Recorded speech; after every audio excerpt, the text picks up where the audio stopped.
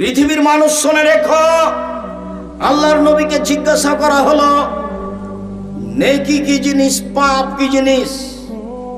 মুহাম্মদ সাল্লাল্লাহু আলাইহি সাল্লাম উত্তরে বললেন, পৃথিবীর মানুষ শুনে রেখো, নেকি হলো ভালো চাল চলন।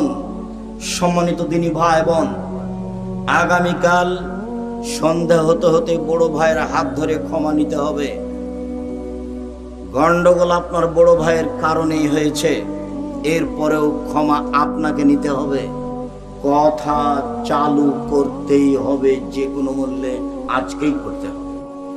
উপস্থিত বৈঠকের মুসলিম বোন, আপনি বাড়ির ছোট যা বুঝে না, ছোট ভাইয়ের বউ, আর গন্ডগোল বেঁধেছে বড় ভাইয়ের কারণে, বড় ভাইয়ের বউয়ের কারণে, বড় জায়ের কারণে।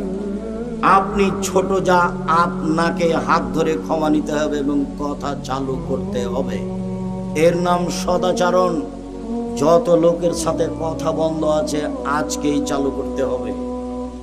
আপনার বন্ধ করা হবে না, ওটা হুজুর মানুষের বন্ধ করলে চলে না। কারো হিসাব ভুল, কারো চলবে না। বিচারের মাঠে কাউকে দেখে বিচার হবে না, বিচার বিচারই। আপনি আমার দিনী ভাই, আপনি আমার দিনী বোন। 24 ঘন্টার মধ্যে মানুষের সাথে ভালো আচরণ চালু করুন, যে কোনো মূল্যে। কথা বলতে শিখুন, তার বিরোধিতা করবেন না, তার বিরুদ্ধে মামলা করবেন না। শুধু মামলা খাবেন, করতে হবে না। আগে আগে যে দৌড়াবে তার পিছনে পিছনে যাবেন, আগে আগে যায়েন না। ফলাফল শেষে কিছুই না, ফলাফল শেষে কিছুই না।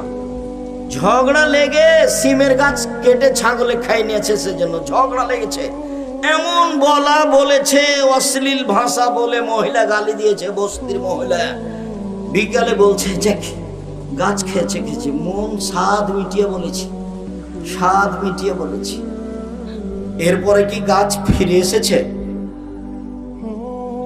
মনের ঝালে চলবেন না। মনের ঝালে চলবেন মানে শয়তান চালাচ্ছে, আপনার ভিতরে ভালো চাল চলন নেই। তাহলে আপনার আচরণ রিক্সাওয়ালার মতো। এই যে এইখানে আপনার এটা কি জায়গা? তাহেরপুর। একজনের রিক্সা আর একজনের সাথে লেগে গেছে। তো যার সাথে লেগে গেছে সেই যে বললো, এমন বললো, এই এলাকার ভাষা যেভাবে চলে।